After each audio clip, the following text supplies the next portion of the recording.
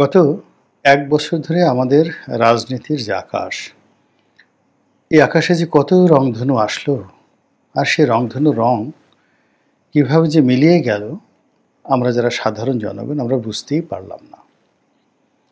যখন বিপ্লব হলো, তরুণ তুর্কি যারা, এই বিপ্লবের নায়ক হিসেবে যাদেরকে আমরা দেখলাম, মনে হলো তারা আমাদের নিকট আবাবিল পাখি, কোত্থেকে যেন এসেছেন।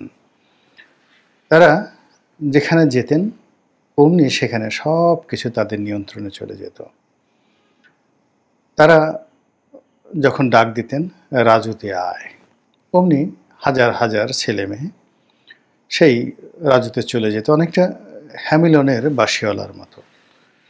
সচিবালয় গণ্ডগোল, প্রেস ক্লাবের সামনে এমন কোনো পরিস্থিতি, কিংবা কোথাও শ্রমিকরা আন্দোলন করছে, কেউ পারছে না, পুলিশ পারছে না, মিলিটারি পারছে না।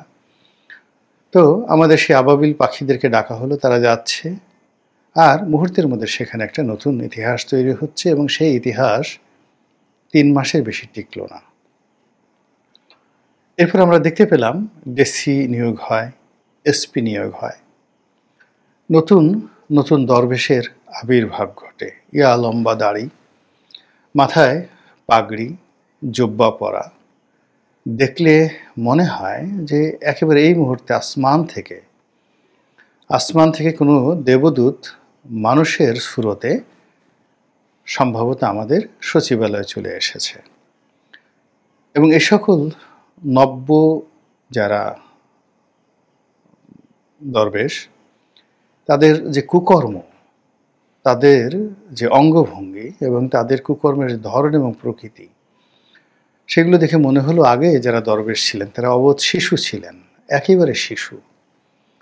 তাদের যাকে বলে সুন্নাতে খতনা হয়নি, দাড়িমোছ কিচ্ছু ছিল না।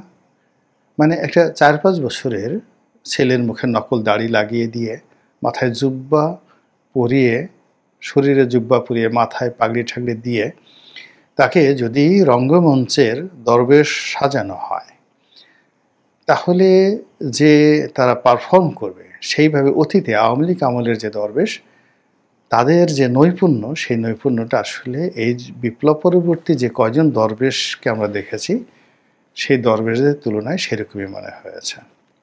গেল দরবেশ, সেই দরবেশ টিকল না। এরপরে সচিবালয় কেন্দ্রিক আরও কিছু দালাল ফড়িয়া, এর মধ্যে মেয়ে দালাল আছে, পুরুষ দালাল আছে, তারা আসলো, তারাও বেশি দিন টিকল না, তারা চলে গেল। মধ্যেখানে শুনলাম অমুক ডিসি নিয়োগে ১০০ কোটি টাকার চেক লেনদেন, সচিব নিয়োগে ১০০ কোটি টাকার চেক লেনদেন। আমরা সিসি করতে হয়, থুথু মারতে হয়, প্রতিবাদ করতে হয়, এই জিনিসগুলো পর্যন্ত ভুলে গেলাম, কেননা আমরা খুব আশ্চর্য হয়ে গিয়েছিলাম, চোখ আমাদের ছানা বড়া হয়ে গিয়েছিল।